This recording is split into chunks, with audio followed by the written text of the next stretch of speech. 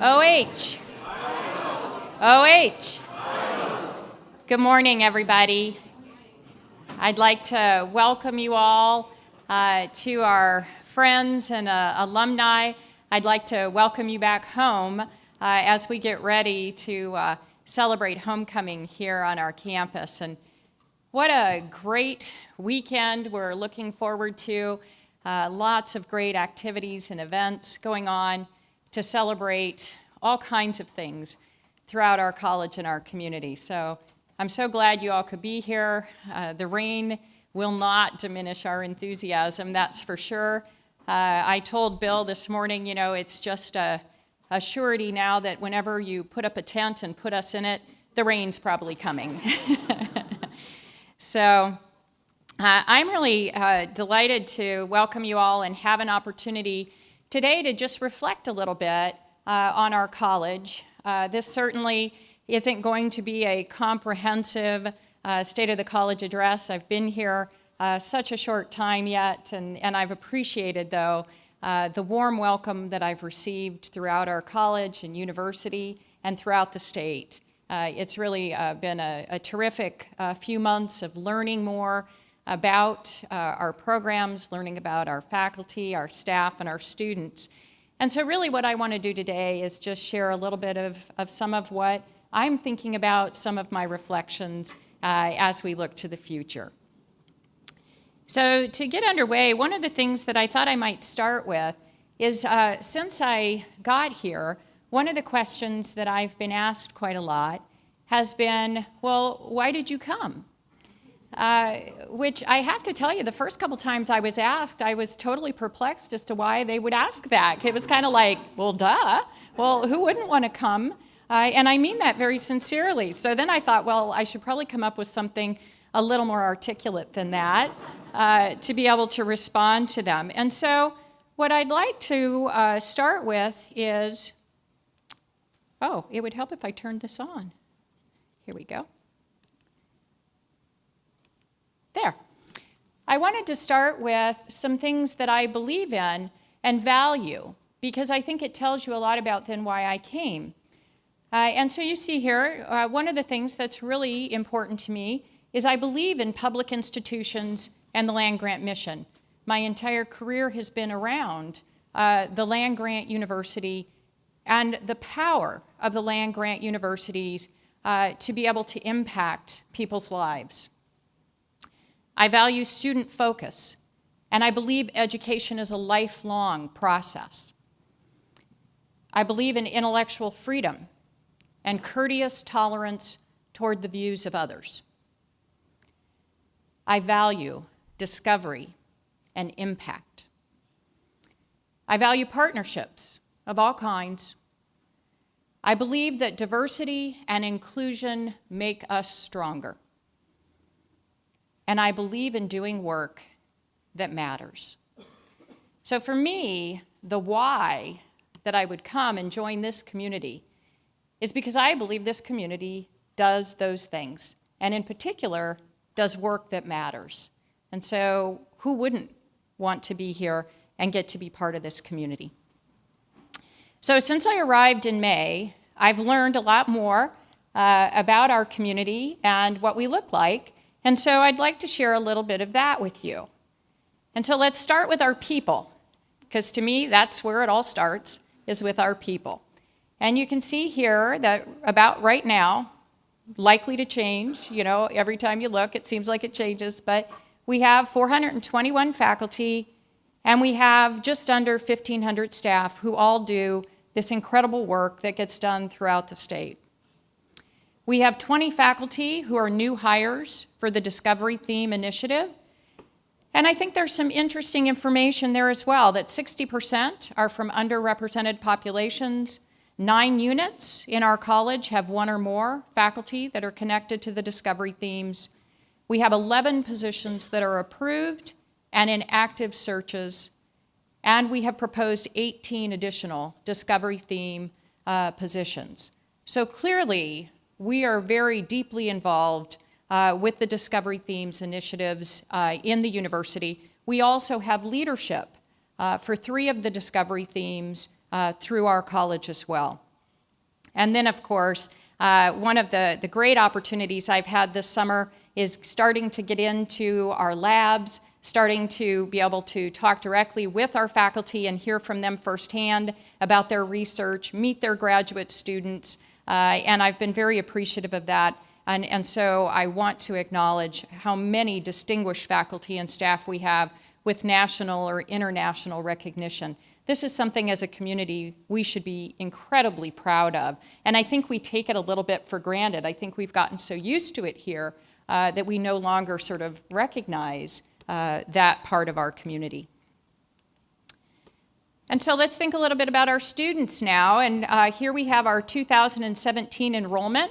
We're holding steady with our enrollment. We have, as you can see, there are a total of 3,267 undergraduates, and we have 489 graduate students. But here's where some of the good news is as we look at where we see some growth, and that's with our minority enrollment. And we're up with minority enrollment. You can see there on our Columbus campus, within our School of Environment and Natural Resources, and then also at ATI and regional campuses, the increase in minority enrollment is certainly evident. I also want to point out just a few things about our student success. This is one of the things that it's very clear to me throughout the university. Our college has a reputation as being a leader in student success and in caring deeply about our students and creating a supportive environment around them. I'd like you all to join me in thanking Dr. Linda Martin for her leadership in this area and congratulating her on her new position in Tennessee that she'll be taking soon. So Linda, thank you for what you've done here.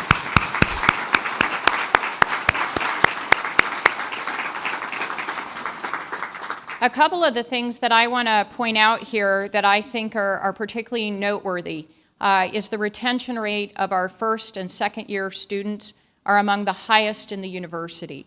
And so that speaks so well, I think, not only to what happens through our academic programs, but it speaks so highly of our faculty and our staff and those relationships that we build. Students come back because they feel like there's a place they belong and they feel like this is working for them. And so I think that's quite a testament to that. The other thing that I know I've heard a lot of comments from other deans about is that we're one of the top colleges at the university for students finishing in the 4 years, while at the same time doing the internships or study abroad experiences. That's quite a commitment to our students to be able to work to make that happen for them. And so I think that we should be very proud of that as well. A little bit more then, I think some of this you know. It's great to see that more than 92% of our students are employed or have plans for graduate school when they leave here, when they graduate. My hope is that we can continue to think about that and focus on that and get that number even higher. We know that we are not meeting the demand for students and graduates who have the ability and the talent to meet the highly skilled agricultural jobs that are out there. In fact, there's an incredible shortfall. So our ability to connect our students to those jobs will continue to need to be a priority as we look to the future. I'd also like to focus a little bit on our third mission of extension and outreach. This is an area where, again, we have some incredible programs going on. 1.5 million educational contacts annually. Think of the number of Ohioans that are interacting with our college and Ohio State University as a result of this work. 290,000 youth in 4-H, that great program at the local level connecting young people to adults to have these educational experiences as well as a positive youth development experience that can help set them on the path for the future. We also have some new partnerships in extension and outreach with some of our other colleges across the university. You can see them there: pharmacy, social work, public health, nursing, already producing results. And given the complexity of the issues facing our state, the need for us to reach out to the expertise of other colleges is critical for us to be able to serve the people throughout Ohio and the needs that they may have for education and research that can positively impact their lives. I'd also like to point out that Extension has refreshed its vision and its mission and value statements, and they have now identified 6 impact areas which will become the focus for their work, their resources, and that they can track progress among common indicators. Those impact areas include health and wellness, job skills and workforce development, thriving across the lifespan, sustainable food systems, engaged Ohioans and vibrant communities, and environmental quality, all things that drive right to the core of our college and its mission. I'd also like for us to consider a little bit about research. We have about $41 million annually in sponsored research. There's 865 projects currently. We have 11 agricultural research stations. I haven't made it to all of them, but I will. We have 4 field labs, and we have a newly certified BSL-3 research facility up on our Worcester campus, which we're incredibly proud that got certified. And Dave Binfield, we appreciate all of your work to help get that certification on board finally so that we can go forward with that. The plant and animal agrosecurity research facility that I'm talking about is really unique, and it's not just unique on our campus. It's also unique throughout the state, throughout the region, throughout our nation. It's one of only 2 nationally with the capacity for both plant and animal research. There's another 3 facilities nationwide that have that safety level designation, but it's for animal-related research only. So this really creates a unique capacity within our college as we think about the future and directions we can go with our research. I'd also like us to think just a little bit about the industry-sponsored projects that we have and our important partners. Our total industry funding, as you can see there, places us at getting 12% of the overall university industry funding.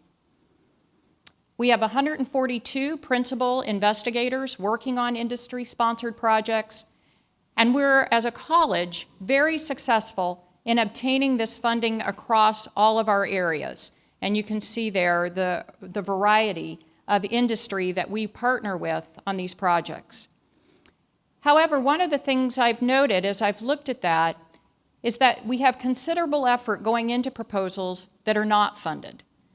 And so one of the questions I have is how can we up our batting average, if you will, so that more of the proposals that we have faculty and staff putting their efforts into end up with successful funding as a result of that. Clearly, that's an area for us to take a look at. I'd also like to give you just a little overview of where things stand with our budget. I'm happy to report that fiscally we're quite sound. We have great resources for the work that we want to be doing. We had continued general fund growth for FY 2018. That is in large part due to the strong performance with credit hours over the past few years. All of our department's allocations are increasing from fiscal year 17 to fiscal year 18. We've added about almost $2 million to departmental budgets. The story is not quite the same if we look at our state and federal capacity funds, where there our overall revenue decreased slightly over this last fiscal year, which is a trend that we've seen not just here in our college and at Ohio State, but across the nation. All of our colleges of agriculture and our extension services have seen that same slight decrease over time. That's obviously a concern for us as we think about the future, as we make plans for how we manage, keeping in mind that trend will be an important thing for us to plan around as well. In our budget overall, last fiscal year, we had spending of over $230 million across our entire enterprise. 67% of that is on payroll and benefits, so invested in our people. That's actually not a bad percentage to look at. A lot of times people see that, and if it's over 50%, they think, but there's a tremendous number of colleges across the country who are at the level of almost 90% of their budget locked up in people, giving them very little ability to be able to move on initiatives, to be able to invest in the types of programs that you need to be successful. So this is a pretty good ratio for us to be at. We're also, for some perspective across the university, the fourth largest of the university's 15 colleges by total budget, and you can see there I've listed the three that are ahead of us, and I think you probably can recognize that it makes sense that those three colleges would be ahead of us. We're still, though, obviously one of the larger colleges at the university. I also want to make mention here, one of the things I'm going to talk a little bit about here is some of our facilities and our capital planning. We are at the point, from my opinion, where we have some critical issues when it comes to facilities. So one of the things we're doing is we are beginning to set aside funds so that we can plan for facility construction projects and have them moving forward in a consistent way rather than reacting when suddenly we have an issue that comes up. So this year, we have also set aside just over $7 million to plan for facility construction projects that I believe are going to be imperative for our future and our ability to continue to support and then recruit talented faculty and students to be part of our community. I'd also like to give you just a little bit of information about the great team we have with advancement. And we've got Andy Gerd up here who leads our advancement efforts. Thank you, Andy, for all you do. You should clap for this. Yeah. This team hit a new fundraising record for the college of almost $30 million. You can see there how that money goes to support the variety of programs that we have. We also are very fortunate that we have so many good friends and alumni who are part of our community, almost 40,000 living alumni, so many of them deeply committed to our college and the work that we do here and our students, and we're enormously grateful for that support.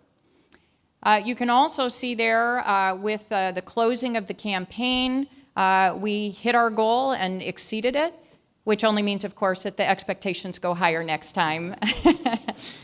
I also want to make mention that National 4-H this last year held a little competition, and all they had to say was it was a competition, and we were like all totally on board for that, weren't we? Yeah. It was a 4-H Raise Your Hand campaign for 4-H alumni throughout the nation to raise their hand and identify and reconnect with 4-H. I'm, again, very proud of the fact that here in Ohio, we had more of our alumni respond and raise their hand and sign up, which meant then we got the bragging rights, won the national campaign, and as part of that also received $20,000 to support our 4-H program. So congratulations to 4-H for that.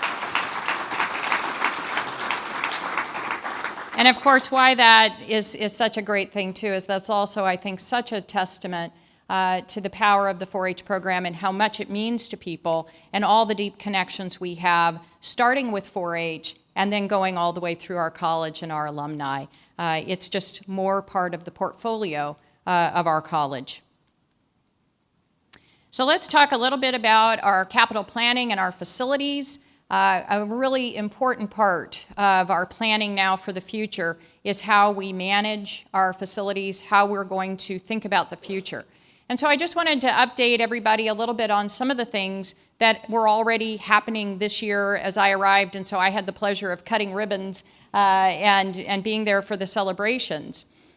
We have a new state-of-the-art greenhouse range up on ATI. If you haven't seen it, I encourage you to stop by. I know that our new director, Chris Boone, who's right here, would be happy to show it to you, but it makes it possible for us to really be thinking at ATI of how do we make sure that we have kept that cutting edge, state-of-the-art facility available, so important for the hands-on learning that is our hallmark at the ATI campus. And so we really have to keep thinking about how do we make sure that our students will have these opportunities where then they're being trained on the equipment or the materials or the facilities that when they go out to get a job in industry will put them at the cutting edge and give them the advantage when they get out there.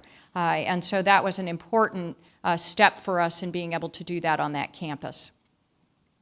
In October then, as I mentioned, we were able to get the certification for PAR, and so we're delighted that that can move forward. We already have some research then that's moving into the lab, and we anticipate that it won't be long before it's full.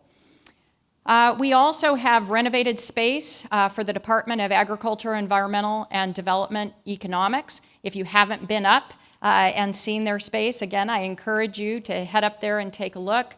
Some really great space. And that was part of then some dominoes that I'll talk about in a little bit of moving them there to create then some space that we'll also be working on. There's also been renovations in Cotman and Howlett Halls, updating labs and office space, and then also the greenhouse. And then food science and technology renovated to create a sensory lab and office space as well. All things important for us to be able to keep moving ahead and make sure that we're providing facilities for our researchers and our graduate students that really allows them to fully explore the areas that they have interest in with their research. So here's some current and future capital plans as well. I'm going to start by talking about our Worcester campus and some of the things that we have going there. The science building will be underway. This building will serve both for teaching at ATI to keep those opportunities available for those students, and it will also serve for research as part of OARDC, including entomology, multi-purpose labs, and a campus food service. We also will be providing state-of-the-art teaching and production facility of the ATI beef facility, including a beef barn with a wash, an office area, and a feed storage area as part of that. We're going to be providing some integrated space for the Worcester campus land-based operations and equipment maintenance with our farm operations headquarters, and then also working with the Seacrest Arboretum on the Welcome Center, which will include teaching space again that will be available so that ATI students can also be using the Arboretum there as part of their teaching environment.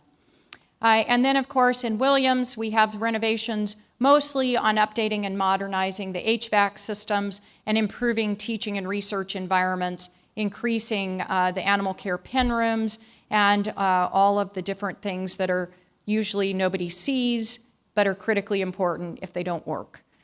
So some good work updating our facilities. Here on the Columbus campus, we have renovation projects in some of our labs to create better space for teaching and research. In ag administration, we have a renovation project that will entirely rebuild the ASIL area after a centennial. Tracy, you know, you could probably need something like that. So we're delighted that that's going to get underway. And we also will be doing some work to take the old AEDE space and renovate that for some college leadership space, particularly so that we have opportunities for our government relations and others to have space in the building. And then let me draw your attention to some of the things we have planned for Waterman. Waterman is just a gem that we have here located next to our campus. Quite frankly, it's also one of the reasons that when I looked at this position, I was incredibly interested in coming, was because of the potential that we have with that terrific facility. So we have 3 things planned already. The first, I'm sure you probably have heard about. We will be relocating the Franklin County Extension Office to essentially be our gateway, welcoming the public onto Waterman. And that's the Kunz-Brundridge Franklin County Extension Office. It is funded 100% through donors. And that just, I think, again, is testament to that strong relationship Extension builds with people. Another facility that you'll see coming then there at Waterman is our multi-species learning center. This will provide learning opportunities not just for our undergraduates, but will also be a place where we can welcome 4-H, FFA, and others to come and learn more about animal agriculture. I think it's another important part of the centerpiece of what we hope to be doing at Waterman in really helping more of the public to understand about the value and the work that we do and the importance of the research that's done throughout our college. The third part of that centerpiece then will be our controlled environment food production research complex. It will feature greenhouses that have the capacity around aquaponics, hydroponics, about every type of controlled environment you can think of, and it will be focused on research and creating spaces for our faculty and students to be conducting that research. So now I'd like to reflect with you all for just a little bit on a very preliminary SWOT, the strengths, weaknesses, opportunities, and threats. And you know, I sort of ruminated about this as I thought about doing this address because let's face it, you know, it's not even 6 months yet. And so it's a little premature perhaps, but there are a few things that I've noted. There's a few things that I've heard from many of you. And so I'm going to go ahead and reflect on a few of those things today because it is, I think, starting to set some direction as we look to the future. So first, let me start with our strengths, and there are many. I could have actually taken about 10 slides to enumerate all the strengths that I've noted as I've been out meeting people, visiting labs, visiting our facilities and our research stations. Just an incredible strength throughout our college. But I would summarize all that in these points, that one of our strengths, obviously, is the success of our students and the depth of talent of our faculty and staff. You know, I can give you success stories from students who are students today, who are recent graduates, who've perhaps been out in their careers for 10 years, 20 years, 30 years, 40 years. I've met a few who it's over 50 that they have been in successful careers and attribute that to their start here. The depth of talent of our faculty and staff, I started with that and pointed out the work that's being done, but one of the things I also want to emphasize at this point is besides the talent, the level of dedication and compassion for the work they do, I have found to be most impressive. Just last night, I was up at Worcester, and we were appreciating the employees up there in a lovely ceremony, and I was so struck by the years of service, the work that had been accomplished, and obviously the deep dedication of those employees to the work they're doing. That's an important part of our community as well. Another strength we have is our strong collaborative partnerships. I mentioned those industry partnerships earlier. We have partnerships with alumni, we have partnerships with industry, we have partnerships with other colleges on our campus, we have partnerships with other colleges from other institutions, we have partnerships with nonprofit organizations. The list goes on and on. And I've had the opportunity to visit some of those partners this summer as I've been out across the state, and always what I hear is how enthusiastic they are about the representatives from our college who they work most directly with, what a great experience they have in working with us, and how it always feels to them like we're trying to find a win-win so that they can be successful and we can benefit as well. That's wonderful to hear as a new dean. Another strength we have is we have numerous relevant specialties and the ability to bring disciplines together. You know, the discovery themes are just one, I think, more formalized example of that. But you don't have to just look at the discovery themes to see this happening throughout our college, where there's all kinds of efforts being made to work across our different departments, to work across colleges, to reach out to colleagues in the region or across the nation or internationally, to be able to fully address issues that we have interest in from a research or teaching perspective. But I've put it here, what I believe is our real strength that I think is in our mission. You know, it's unchanging. I hear about it from our alums. I hear about it as I work with other parts of our university. And to me, it's just critically important for us to remember that really what our real strength is that we sustain life throughout all of our programs, whether we're talking about our research, whether we're talking about our teaching efforts, whether we're talking about our extension and outreach, that always what's at the back of that mission is sustaining life, about really trying to think about ways that we can make the world a better place by doing that. So let's talk just a little bit about what at this point in time I've noted are potentially some of our weaknesses. One of the things that I think is really important to think about from a leadership perspective is that while it's important to be flexible, we also need processes in place that all of us can understand and follow. So everyone knows the parameters in which we operate, and how do you influence a big, complex organization like ours? So some of the things that I've noticed is that, you know, we've had quite a run of temporary leadership in a variety of spots, and consequently, there's been some inconsistent direction. And so as I've talked with people, I've heard, well, I was kind of confused about that, or I wasn't really sure where we were going, so I thought I'd wait and see what was going to happen. And so that inconsistent direction, I think, has ended up with us kind of stalling in some of the things that we try to do. I'd also say it's probably tied to that, but in some instances it appears to me that we've also at times focused more on tactical than on strategic actions. And so instead of thinking about the big picture, the long range, it's been easier, I think, under the conditions we've operated, to focus a little bit more on the short term, getting something done. And that's something that I'm hoping that with some consistency we can begin to address. That also, I think, has contributed in some ways to an ad hoc style of operating.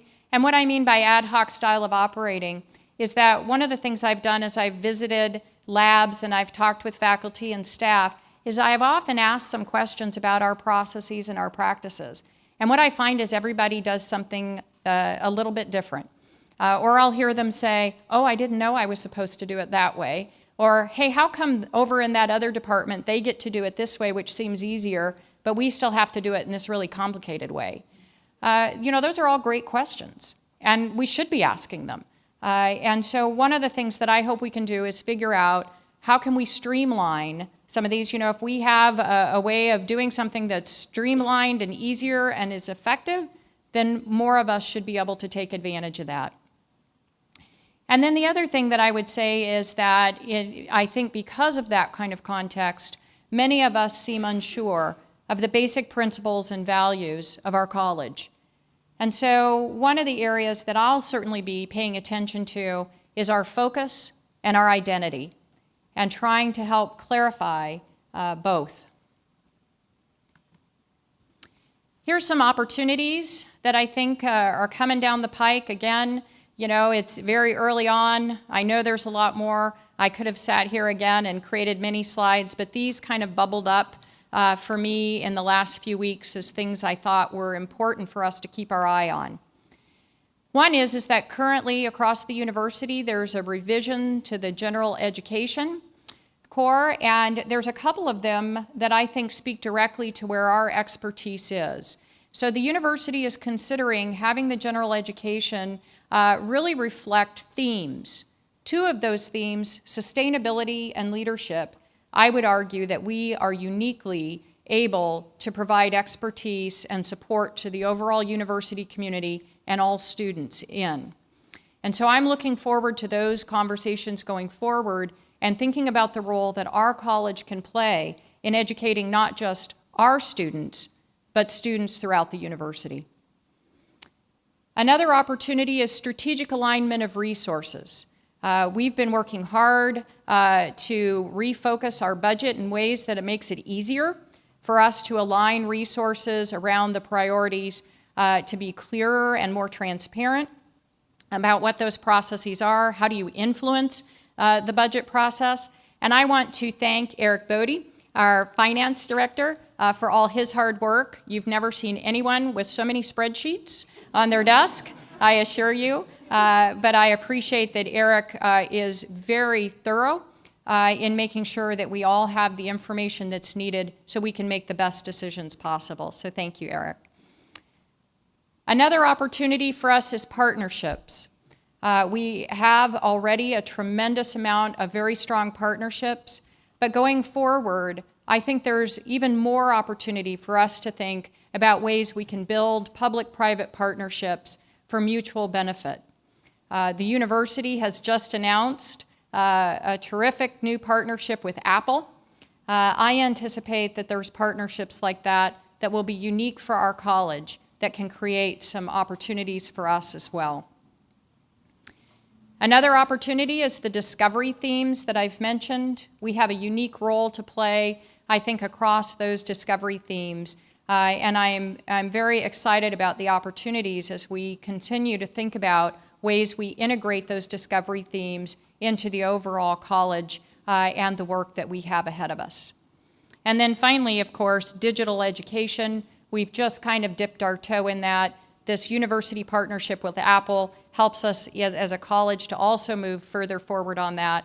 But there's still tremendous opportunities to be gained from us thinking about what digital education could mean across our entire enterprise, including extension and outreach, including ATI, and then all of the work that we do with our undergraduate and graduate education.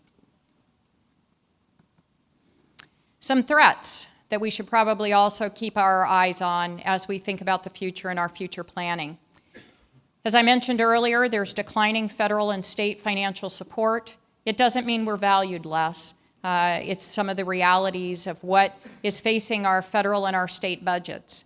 And so I think it's really critical for us to be thoughtful about how we continue to express the value of this work to our citizenry. But it also, I think, really encourages us to join with others across the nation and have a unified voice of the importance of the research and scholarship within our domains. There have been so many voices clamoring for so much support that, quite frankly, it's some very confusing messages that get sent to Washington, D.C. and to our own State House. And so really being able to clarify our messages, really being able to demonstrate the impact of the work that's done, I think is going to be even more important in the future. Another threat potentially is an unwillingness to change.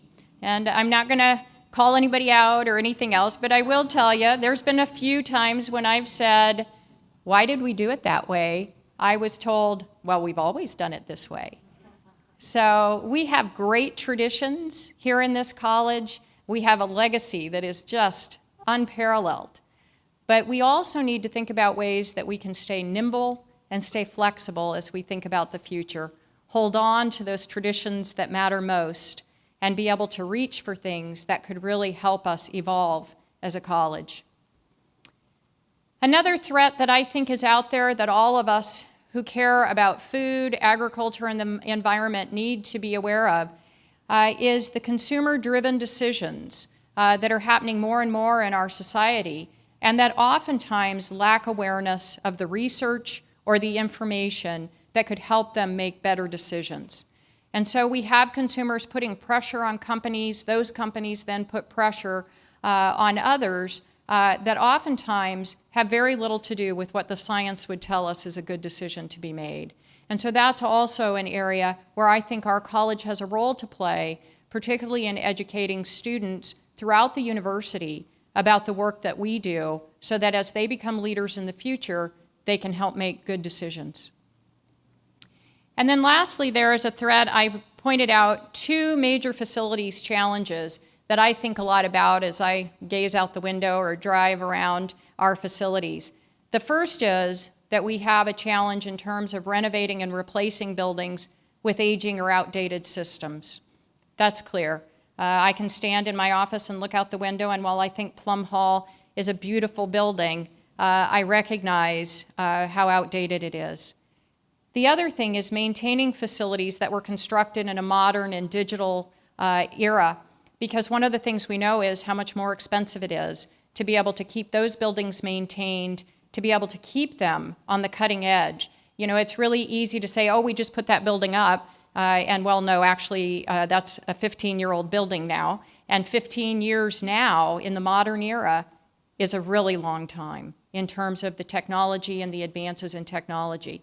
So being able to plan so that as we're working on our buildings, we're already building it in so that it makes it easier for us to change it in the future as more technology or more advanced technology comes along, needs to be an important part of how we plan.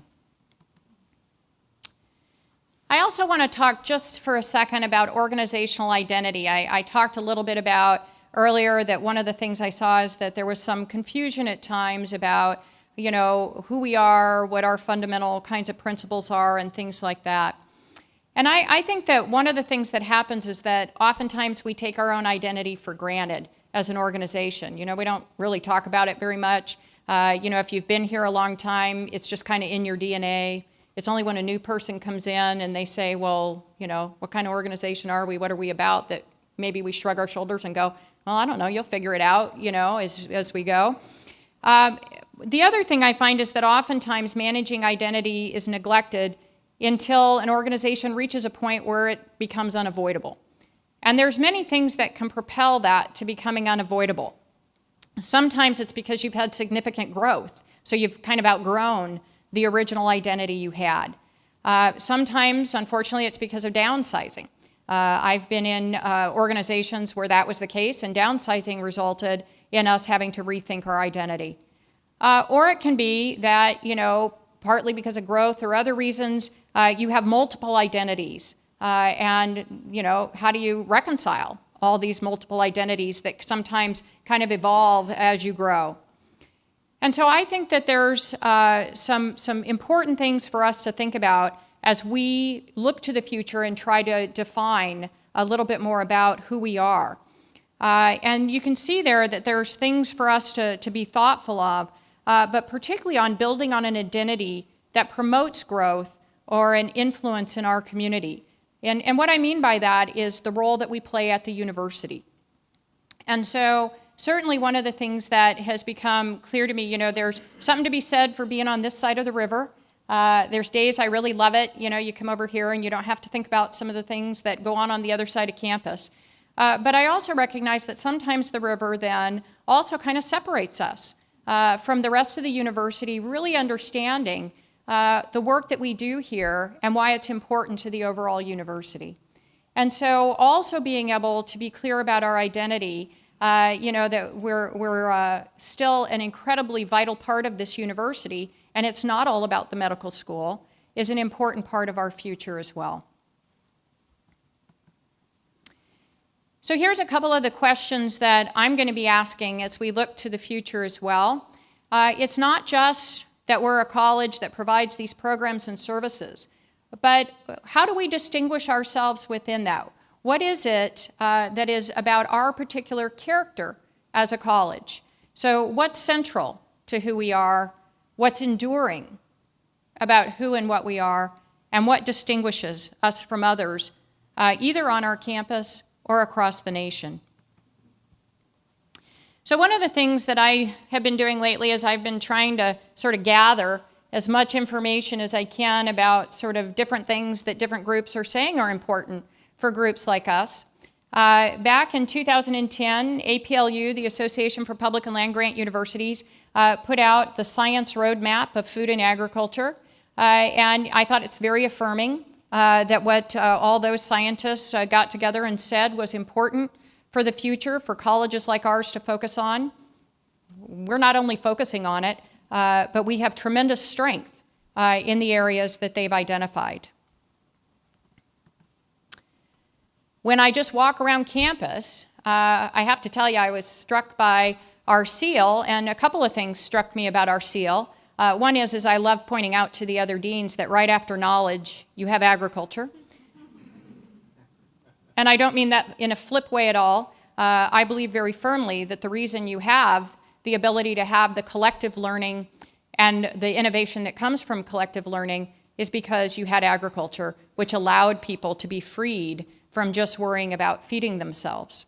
So to me, that's a legacy of agriculture that I think is often overlooked, is the contribution then that we make to the cultural aspects of humans' experiences.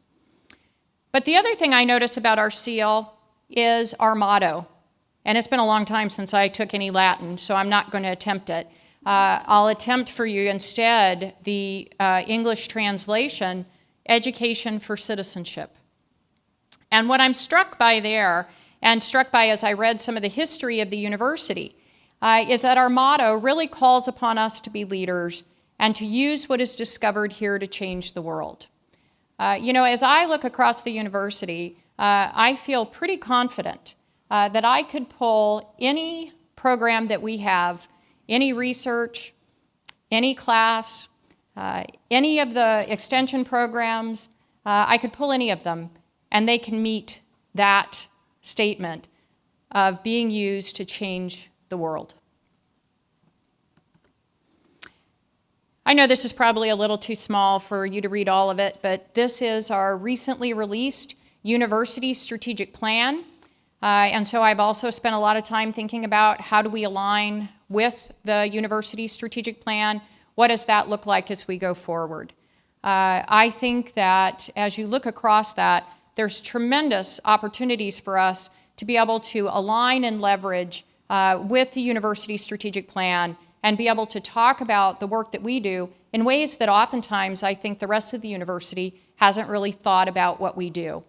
And so even when I look at number 4, which is academic health care, well, if your mission is to sustain life, I'm pretty sure you have something to do with health. Our focus on One Health, on being able to think about how human health, animal health, and environmental health all connect to one another, I think is also going to be an important way for us to align with the university's strategic plan. But it's not as big as all the other areas where I think that we excel in being able to deliver the university's promise. So who we are. We are going to be working in the next year or so to clarify our core values and beliefs that guide and drive our organizational behavior. We're going to be thinking about some of those processes, some of those forms that, trust me, some of your staff have told me are difficult sometimes to fill out. We're going to be trying to figure out ways that we can streamline some of those things.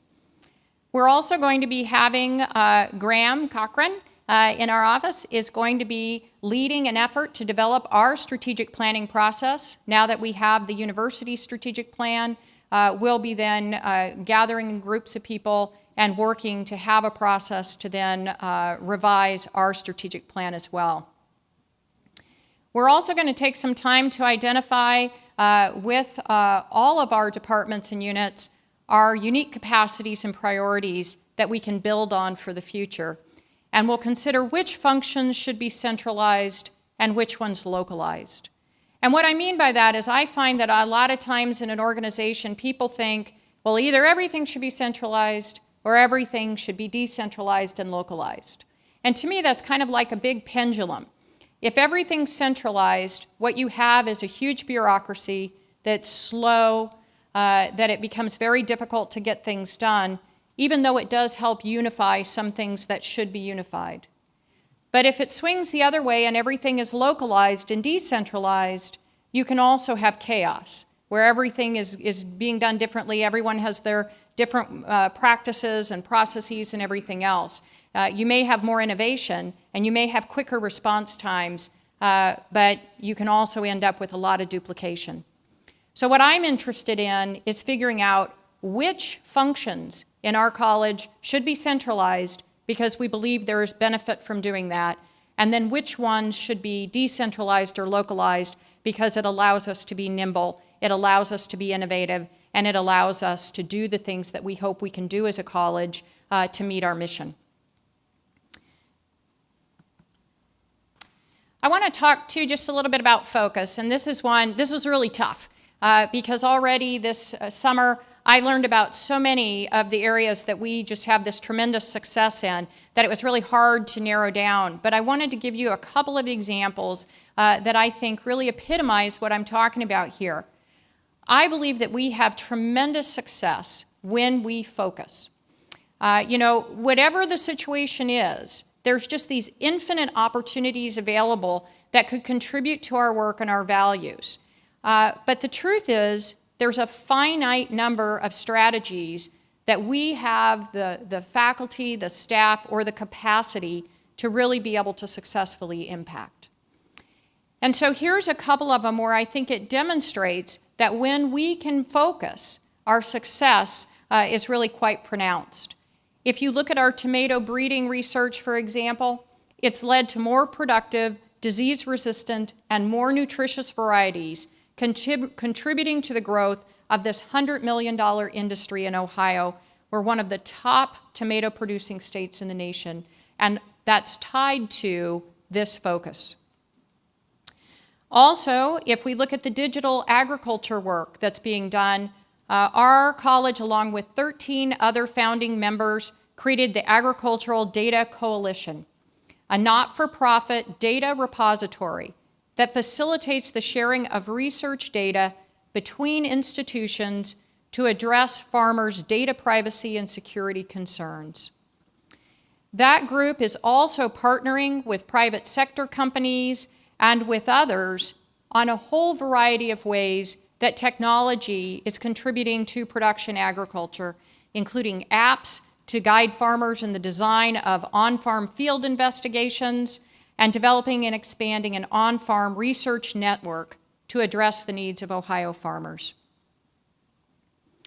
We also have the Center for Soybean Research that was recently stood up, and that is a partnership between us and the soybean industry. That's another area then where multidisciplinary and really being able to focus on the critical issues facing soybean producers. And then lastly, in extension, our nutrient management certification that's reaching a tremendous number of the producers throughout the state to ensure that they understand and can implement really good practices in the work they're doing. All of these great examples of real impact that's coming from the result of a clear focus. So when you talk about focus, you can't do that without talking a little bit about leadership. And I mentioned earlier on that one of our weaknesses has been some inconsistent leadership. So obviously that's a high priority that we're working on trying to address. I'm delighted, and I think she had to leave just a little bit ago to go teach a class, but I'm delighted to mention to everyone that Terry Niblack has agreed to serve as our Senior Associate Dean. In that role, Terry will provide leadership for what I think of as all the things that are important for us to be able to support our people. She'll be responsible for a number of our faculty issues, including promotion and tenure, and she will oversee our human relations as well as our diversity and inclusion efforts. So I'm really pleased to have Terry accepting that position, and even though she's not here, please everybody, why don't we give a round of applause for her leadership. I mentioned earlier that Dr. Linda Martin is going to be taking a new position in Tennessee, and so in that vacancy, as well as with Charles Gable having left earlier, we are launching 2 key national searches then for associate deans. The one is the Associate Dean for Research and Graduate Education, which now will also include the Experiment Station Director as part of it, and then the Associate Dean and Director for Academic Affairs. We also, on Monday, will be welcoming our new Animal Sciences Chair, John Foltz, and we're delighted to welcome him and help support him in this leadership role. I also want to thank Bill Weiss. We were able to recognize Bill last night at our event, and we want to thank him for his interim leadership. We really have appreciated all Bill's done to lead the Animal Sciences Department during this interim. I also just want to point out that we haven't forgotten that we have 2 departments still with an acting or interim chair, entomology and plant pathology. Now with Terry permanently moving into the dean's office, the plant pathology search will get underway here shortly, and we look forward to welcoming new leadership there as well. So going forward, there's a lot of things that we're already doing that we're going to be continuing. With our one college focus, we've already had some great success with that. Again, thanks to Dave Benfield and his leadership up in Worcester. He's been working hard with Chris Boone on campus integration.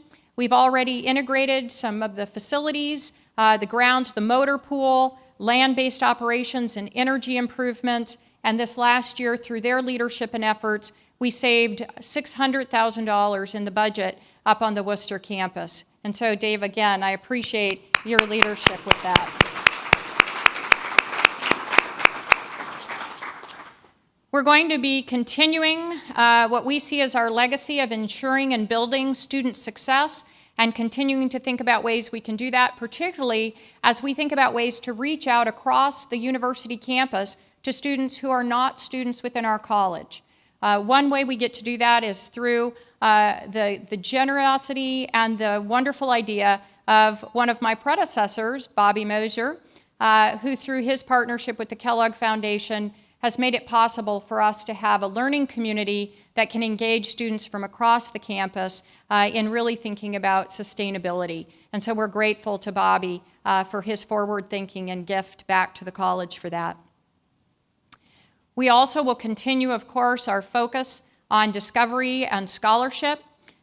We have an Acura report looking at our research enterprise that is waiting to be implemented. One of the things that will be part of that is reorganizing our college's Office of Research.